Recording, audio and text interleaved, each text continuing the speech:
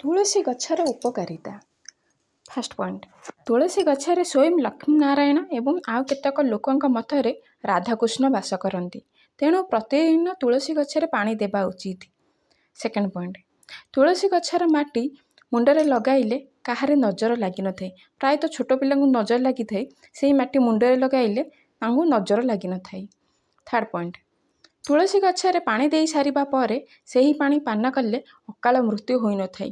ପ୍ରତିଦିନ ଯେଉଁ ତୁଳସୀ ଗଛରେ ପାଣି ଦେଉଛନ୍ତି ସେହି ପାଣି ଟିକେ ତୁଣ୍ଡରେ ମାରିବା ଉଚିତ।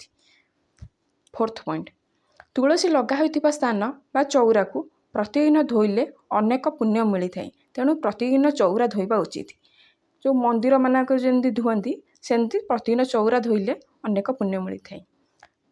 ଲାଷ୍ଟ ପଏଣ୍ଟ, ସନ୍ଧ୍ୟା ଗଡ଼ିଗଲେ ତୁଳସୀ ଗଛରେ ସନ୍ଧ୍ୟା ଦେବା ଅନୁଚିତ। ଏହାଦ୍ୱାରା ଧନ ଓ ପୁତ୍ର ହାନି ହୁଏ। ଏହା ଲକ୍ଷ୍ମୀ ପୁରାଣରେ ବର୍ଣ୍ଣନା ହୋଇଛି। ଏହିସବୁ ନିୟମ ପାଳନ କଲେ ଅନେକ ପୁଣ୍ୟ ମିଳିଥାଏ।